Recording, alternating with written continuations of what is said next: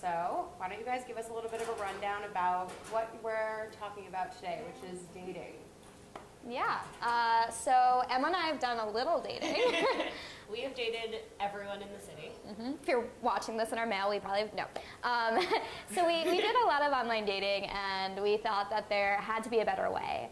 So a few months ago, we created the dating ring, and the way we work is members go online, fill out like a 30-second profile just for us, and then they're offline. After that, they come grab a drink with Emma in person, and we set up group dates. So they spend all of their time on dates and not online. Yeah, and after our members go on dates, they fill out a feedback form. So I, as their matchmaker, get to know the users and get to know their preferences and can set up any mutual matches. And, you know, we kind of want it to be like Pandora, where you like a song and it gets to know your taste. So that's sort of what I'm doing. We play more songs like that. Right, exactly, yeah. Yeah. So you said that you started this after using the dating sites that are already available and they weren't really working for you. So what are you taking from them? What are you keeping? What are you throwing away? What are your differences and similarities?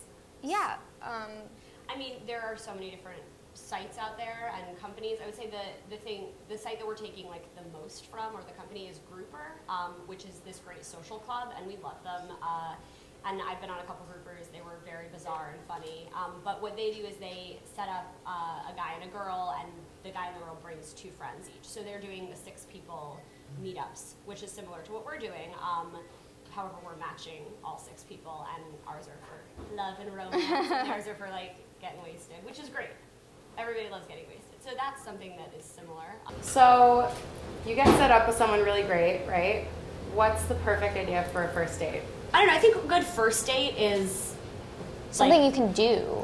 Well, I think a good first date is like drinks at a bar that has games, you know? Yep. So station lulls, then you have like something to supplement it. But I think second date has to be an activity, because second dates really go downhill because you have like, you don't have to interview each other anymore, but you have no shared experiences to talk about. So I think sometimes second dates, people really screw up. So activity on the second date, always.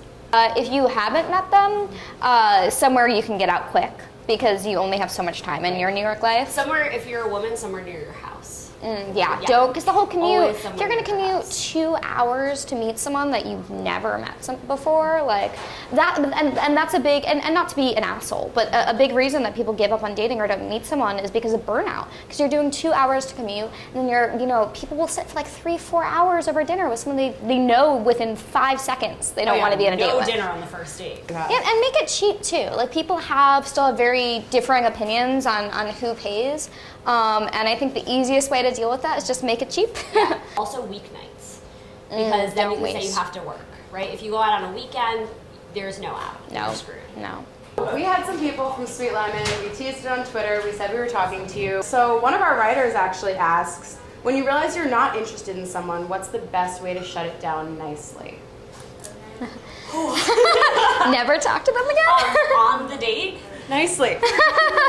I mean, so I think a lot of people think the slow fade is like a kind thing to do, because they're like, oh, I don't have to break up with someone after the first date. That's so harsh. But the slow fade is such a bad idea, because you will run into that person on the subway, and it will be awkward. And it has happened to me so many times to people I've slow faded.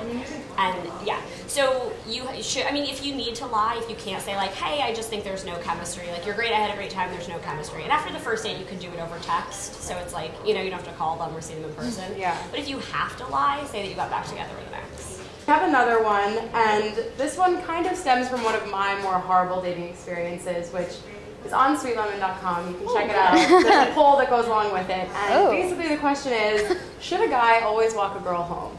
Oh, I have a lot of opinions on this. Okay, so do I. So this is good. So I think, assuming this is nighttime when we're on this date, I think a guy should always offer to walk a girl home, because it would be great if we lived in a society where women could feel as safe walking as men, but we don't.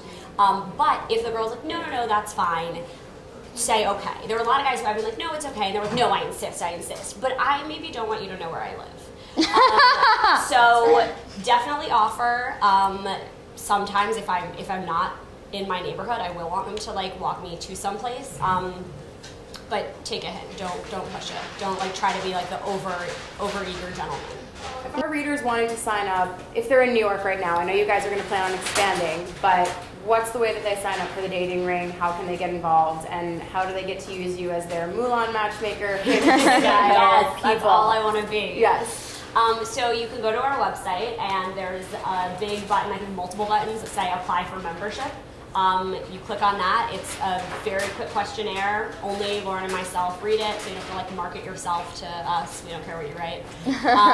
And it's www.thedatingring.com. Right, yes. And then after that, we will get in touch with you, and you'll have a meeting with me. We'll grab drinks. It'll be fun.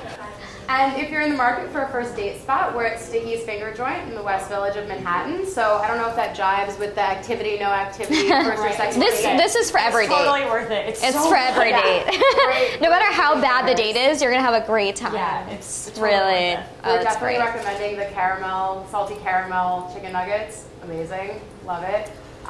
So this has been an excellent little tips and tricks session with the Dating Ring girls, and we hope that you'll check them out and keep checking us out on sweetlemonmag.com. Thanks, guys. All the single ladies, all the single ladies, all the single ladies, all the single ladies, all the single ladies, all the single ladies, all the single ladies. Now put your hands up in the club.